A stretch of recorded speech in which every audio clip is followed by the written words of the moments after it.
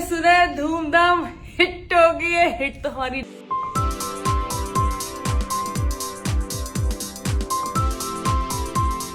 ভারতের বৈশ্বিক উপস্থিতি এখন শুধু কূটনীতির টেবিলে নয়, সিনেমার পর্দাতেও স্পষ্ট।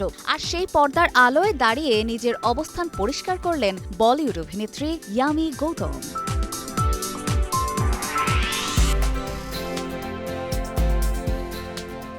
তাকে প্রশ্ন করা হয়েছিল, কখন কি কোনো নির্মাতা বলেছেন তোমাকে নিতে চেয়েছিলাম কিন্তু ওই ছবি করার পর আর নিতে চাই না? ইয়ামি শান্তভাবে বললেন, সাম্প্রতিক সময়ে এমন অভিজ্ঞতা হয়নি। হয়তো ৩-৪ বছর আগে কারো মনে দ্বিধা থাকতে পারে, তবে এখন পরিচালকরা তাকে যে ধরনের চরিত্রে ভাবছেন সেখানে এমন সংকোচ আর নেই।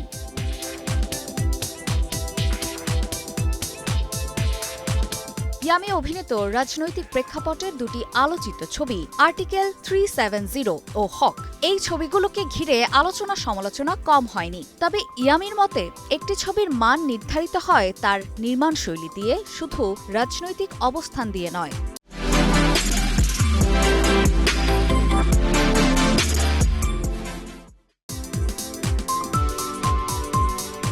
তিনি জানান, অনেক দর্শক বলছেন রাজনৈতিক মত আলাদা হতে পারে, কিন্তু ছবির নির্মাণ ভালো এটা অস্বীকার করার উপায় নেই। সিনেমার শক্তি এখানেই, এটি এজেন্ডা চাপিয়ে দেওয়ার মাধ্যমে নয়, বরং প্রশ্ন তোলার শিল্প।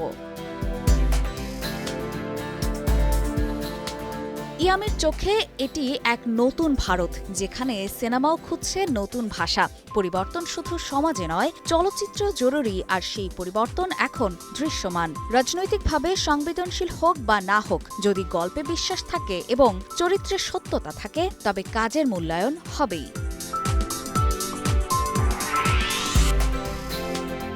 বলিউডে যেখানে অনেকেই বিতর্ক এড়িয়ে চলেন, সেখানে ইয়ামির এই খোলামেলা অবস্থান যেন বলে দেয় শিল্পের শক্তি ভেতর থেকেই আসে, আর সেই শক্তির নাম আত্মবিশ্বাস।